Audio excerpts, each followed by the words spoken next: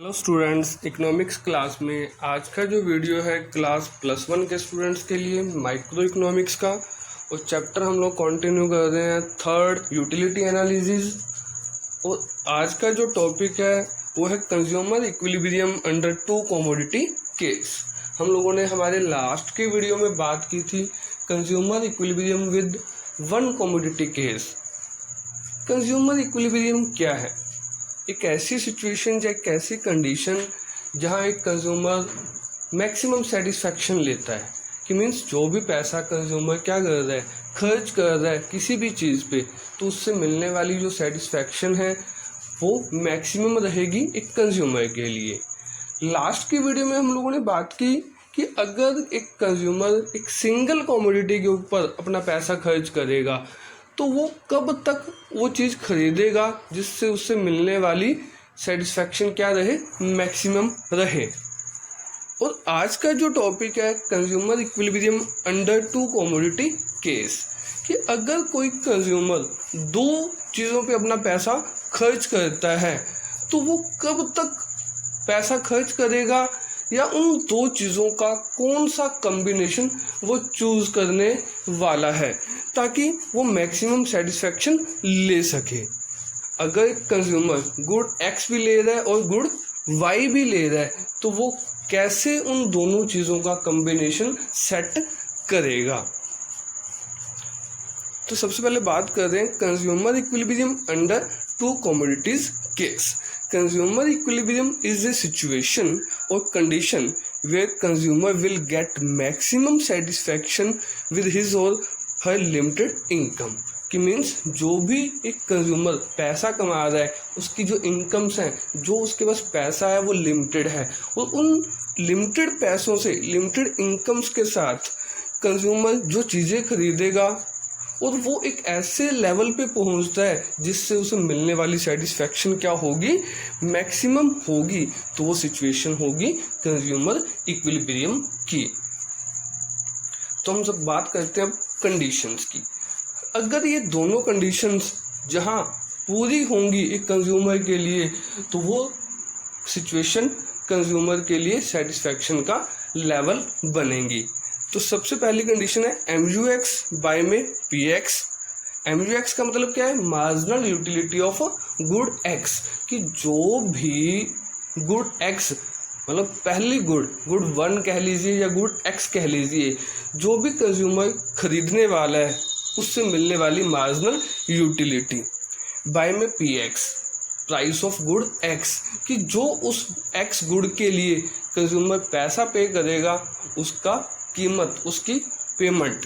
तो MUX by में PX equal to MUY by में PY। MUY का मतलब क्या है? Marginal utility of good Y। कि जो सेकंड गुड Y कंज्यूमर खरीदने वाला है उससे मिलने वाली मार्जिनल यूटिलिटी बाय में PY, price of good Y। कि जो सेकंड गुड के लिए आप पैसा पे कर रहे हैं वो price of good Y equal to MUM, marginal utility of money. Second condition है law of DMU holds goods. कि हम DMU के बारे में भी हमारे लास्ट के वीडियो में बात करके आए हैं। डिमिनिशिंग मार्जिनल यूटिलिटी का जो लॉ है वो गुड्स के ऊपर इम्प्लीमेंट होना चाहिए। तो जहाँ ये दोनों कंडीशंस पूरी होंगी वहाँ एक कंज्यूमर क्या होगा, सेटिस्फाइड होगा उन चीज़ों को खरीदने के लिए। तो एग्जाम्पल ले रहे हैं हम लोग। Let's suppose the income of a consumer is ₹60 and purchase the combination of good X and good Y at a price of ₹10 and ₹5 each respectively. कि मीन्स एक कंज्यूमर है जिसके पास ₹60 हैं, वो दो चीज़ों का कॉम्बिनेशन ले रहा है, गुड X के या गुड Y खरीद रहा है। गुड जो X है वो ₹10 की है और जो गुड Y है उसकी कीमत ₹5 है। तो हम लोगों ने यहाँ एक टेबल ट्राई किया कि अगर MUX मतलब अगर यूनिट्स खरीदे जाते हैं तो X कमोडिटी से मिलने वाली मार्जिनल यूटिलिटी क्या होगी। तो मीन्स 100 90, 80, 70, 60, 50। तो ये तो हम लोगों को पता ही है कि जैसे जैसे हम कोई भी कमोडिटी कंज्यूम करते हैं तो उससे मिलने वाली यूटिलिटी हमारे लिए क्या होती जाती है, कम होती जाती है, उससे मिलने वाली सेटिस्फेक्शन हमारे लिए कम होती जाएगी। तो हम लोगों ने यहाँ पहले यूनिट्स जब गुड एक्स का कंज्यूम किया तो हमें यूटिलिटी मिली 100, सेकंड से 90। तो इस तरह से 6 यूनिट्स जब हम लोग कंज्यूम कर रहे हैं गुड एक्स के, तो उससे मिलने वाली जो सेटिस्फेक्शन है हमारे लिए 6 यूनिट्स से वो है 50 यूटिल्स। तो इसी तरह हम लोगों ने बात की MUY कि मीन्स जब आप गुड वाई कंज्यूम कर रहे हैं तो उससे मिलने वाली जो सेटिस्फेक्शन है, मार्जिनल यूटिलिटी है, वो भी क्या होती जा रही है, कम होती जा रही है। अगर पहला यूनिट आप गुड वाई का खरीदते हैं तो उससे मिलने वाली सेटिस्फेक्शन 35 यूटिल्स, और इसी तरह से जब आप 6th यूनिट मार्जिनल मतलब गुड वाई का खरीदते हैं तो उससे मार्जिनल यूटिलिटी क्या होगी, 10 यूटिल्स होंगी। तो अब हम बात करते हैं कि हमारी पहली कंडीशंस की कि जहां MUX बाय में PX और MUY बाय में PY इक्वल होंगे वो हमारी सेटिस्फेक्शन का लेवल होगा। तो यहाँ हमारी सेकंड कंडीशन तो इम्प्लीमेंट हो ही गई है कि law of DMU holds goods, क्योंकि हमें जो मिलने वाली मार्जिनल यूटिलिटी है, जो सेटिस्फेक्शन है, वो गुड एक्स के केस में भी 100, 90, 80, 70, 60, 50 कम होती जा रही है, डिमिनिश होती जा रही है, और गुड वाई के केस में भी 35, 30, 25, 20, 15, 10 डिमिनिश होती जा रही है। तो सेकंड कंडीशन तो हमारी यहाँ कंप्लीट हो गई। तो हम लोगों ने अब देखना है हमारी पहली कंडीशंस को। तो MUX बाय में PX के लिए हम क्या कर रहे हैं, पहला यूनिट आप लोगों ने जब खरीदा तो आपको यूटिलिटी मिली 100, और गुड एक्स के लिए आप पैसा कितना पे कर रहे थे, 10 रुपीज़ ईच, मतलब उस गुड एक्स की कीमत कितनी थी, 10 रुपये। तो 100 बाय 10 तो कितना होगा, 10। तो MUX बाय PX कितना आ गया हमारे लिए पहले यूनिट पे, 10। ठीक है जी। इसी तरह 90 बाय 10 9, 80 बाय 10 8, 70 बाय 10 7, 60 बाय 10 6 और 50 बाय 10 5। तो MUX बाय PX हमारा क्या कैलकुलेट हो गया, 10 9 8 7 6 और 5। इसी तरह हम लोग कैलकुलेट करते हैं MUY बाय में PY, marginal utility of good Y हम लोगों ने लिखा हुआ है पहले, और गुड वाई के लिए आप क्या पे कर रहे थे, 5 रुपये पर यूनिट के लिए, मतलब ईच यूनिट के लिए आप पैसा दे दें 5 रुपये। तो 35 बाय में 5 कितना आ गया, 7, 30 बाय में 5 6, 25 बाय में 5 5, 20 बाय में 5 4, 15 बाय 5 3, 10 बाय 5 2।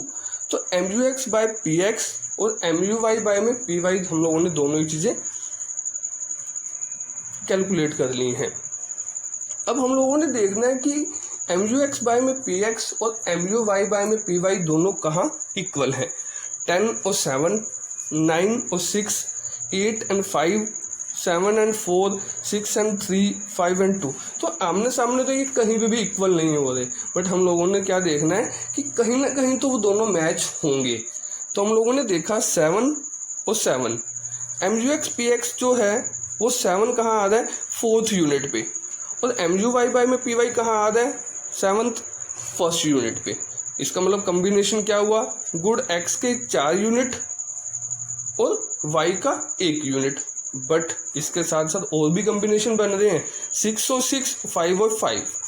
MUX बाय में PX 6 कहाँ आ रहा है, 5 यूनिट्स पे, और उधर कहाँ आ रहा है MUY बाय में PY पे, सेकंड यूनिट पे। इसका मतलब 5 + 2 5 यूनिट गुड एक्स के और 2 यूनिट गुड वाई के। इसी तरह एक कॉम्बिनेशन और भी बन रहा है हम लोगों के पास 5 का, मतलब MUX बाय में PX 5 कहाँ है, 6 यूनिट्स के आगे, और उधर हमारे लिए MUY बाय में PY कहाँ है, 5 3 यूनिट्स। तो हमारे लिए कॉम्बिनेशन बन सकता है 6 यूनिट गुड एक्स के और 3 यूनिट गुड वाई के। बट हम सेटिस्फाइड तो एक ही जगह पे होंगे। तो यहाँ हमारे लिए 3 सिचुएशन हो गई हैं, या तो 4 + 1 यूनिट का कॉम्बिनेशन, या फिर 5 + 2 का कॉम्बिनेशन, या 6 + 3 का कॉम्बिनेशन। तो बट हमें तो एक ही कॉम्बिनेशन चूज करना है जहाँ हम सेटिस्फाइड होने वाले हैं।